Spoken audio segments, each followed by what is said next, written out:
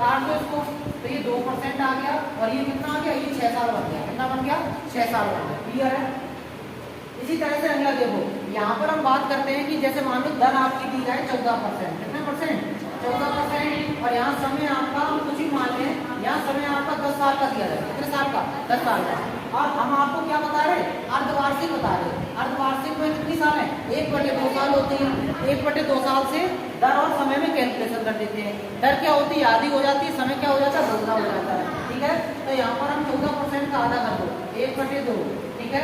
और यहाँ समय कितना है, 10 है, तो 10 का दोगुना कर दो, 2/1 कर दो, 2 से काट दो, 2 सत्ते 14, और यहाँ 10 दूनी 20 हो जाएगा। कितना हो जाएगा, 20।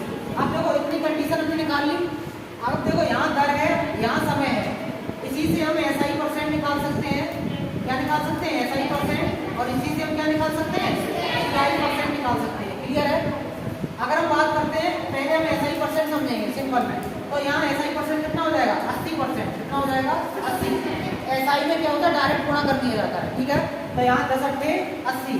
अगर हम बात करते हैं इसकी, यहाँ पर हम अगर SI % निकालें तो ये कितना हो रहा है, बताओ, 10 40, कितना परसेंट आ रहा है, 40%। अगर हम बात करें इसकी SI % की, तो यहाँ पर ये कितना आ रहा है, 12, 6 दूनी 12 आ रहा है। ठीक है, अगर हम बात करें यहाँ पर SI % कितना आ रहा है, 7 दूनी 14, यानी कि 140% आ रहा है। क्लियर है।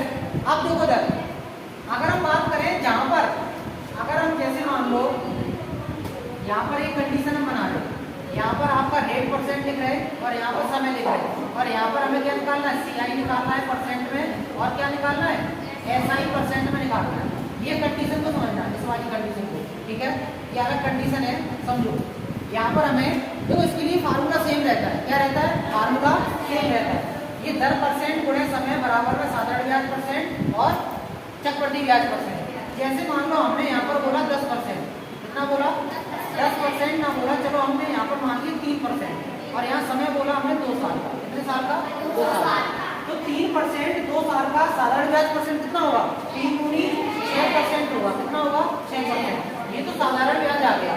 अब हम बात करते हैं 3% का 2 साल का चक्रवृद्धि ब्याज % कितना होगा, तो 3 का गुना कितना होता है, 3 दूनी 6, यहाँ पॉइंट लगाओ, और यहाँ 3 का वर्ग कितना होता है, 9, तो 0.9% आ गया। ये क्या है, चक्रवृद्धि ब्याज % आ गया। ठीक है, CI में ट्रिक लगती है, साधारण ब्याज में डायरेक्ट हो जाता है। ठीक है, ध्यान रखना। तो इससे आपको साधारण ब्याज % और चक्रवृद्धि ब्याज % इस तरह से हम इसको निकालते हैं। इसको चीज को नोट करो पूरा यहाँ से यहाँ पर। फिर इसके बाद हम बताएंगे तिमाही, ठीक है, 5 माही, 6 माही, 7 माही किस तरह से निकाला जाता है। ठीक है, ध्यान रखना।